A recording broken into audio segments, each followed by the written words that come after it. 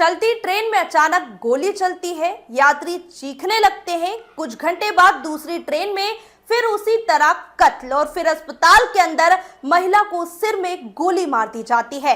26 घंटे 3 हत्याएं। लेकिन सबसे बड़ा सवाल, आखिर कौन है वो शख्स जो मौत बनकर ट्रेनों और अस्पतालों में घूम रहा है।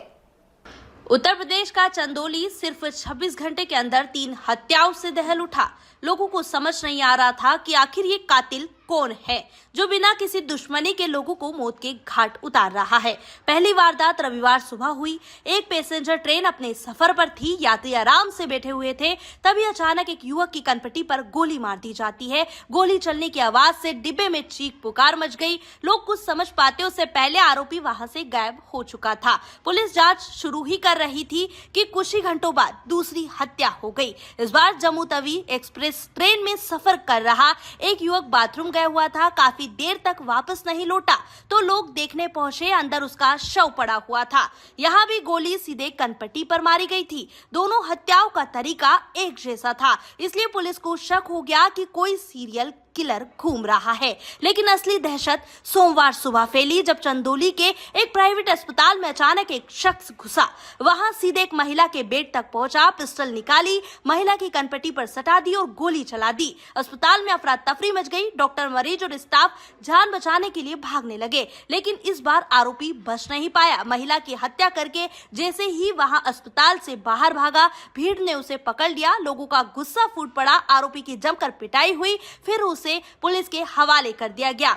जब पुलिस ने पूछताछ की तो उसके जवाब ने सबको चौंका कर रख दिया। उसने कहा, मैं मन का राजा हूँ, शराब पीने के बाद मुझे होश नहीं रहता, जो मन में आता है करता हूँ, एक नहीं 2-3 लोगों को मार कर आया हूँ। इसके बाद पुलिस ने सख्ती से पूछताछ की और उसने तीनों हत्याएं कबूल कर ली। फिर सोमवार रात पुलिस आरोपी को क्राइम सीन रिक्रिएट कराने के लिए दरियापुर रेलवे लाइन के पास लेकर गई, लेकिन वहां आरोपी ने अचानक पुलिस अफसर के पिस्टल छीन ली और फायरिंग करते हुए भागने लगा। पुलिस ने जवाबी फायरिंग की। गोली आरोपी के सिर और सीने में लगी। उसे अस्पताल ले जाया गया, लेकिन इलाज के दौरान उसकी मौत हो गई। इस एनकाउंटर में 2 पुलिसकर्मी भी घायल हुए। अब बात उस आरोपी की जिसने पूरे यूपी को दहशत में डाल दिया। उसका नाम था गुरप्रीत सिंह, उम्र 45 साल। वह पंजाब के तरन तारण जिले के हतुचक गांव का रहने वाला था। गुरप्रीत भारतीय सेना से रिटायर हो चुका था। परिवार में बूढ़े पिता, 2 भाई, पत्नी और 2 बच्चे हैं। बताया जा रहा है कि सेना से रिटायर होने के बाद उसकी जिंदगी बिगड़ने लगी। शराब की लत बढ़ गई और उसका व्यवहार अजीब होता चला गया। कुछ दिन पहले वह बिहार के आरा में गार्ड की नौकरी करने के लिए गया हुआ था, लेकिन वहां शराब पीकर हंगामा करने की वजह से उसे नौकरी से निकाल दिया गया। इसके बाद वहां लगातार ट्रेनों में घूमता रहा और फिर शुरू हुआ मौत का वो खेल जिसने 3 परिवारों को हमेशा के लिए उजाड़ दिया। अब गुरप्रीत सिंह मारा जा चुका है, लेकिन उसके पीछे छोड़ी गई दहशत और ये सवाल अभी भी बाकी है। क्या वह सच में साइको किलर बन चुका था या शराब और मानसिक अस्थिरता ने उसे हैवान बना दिया था?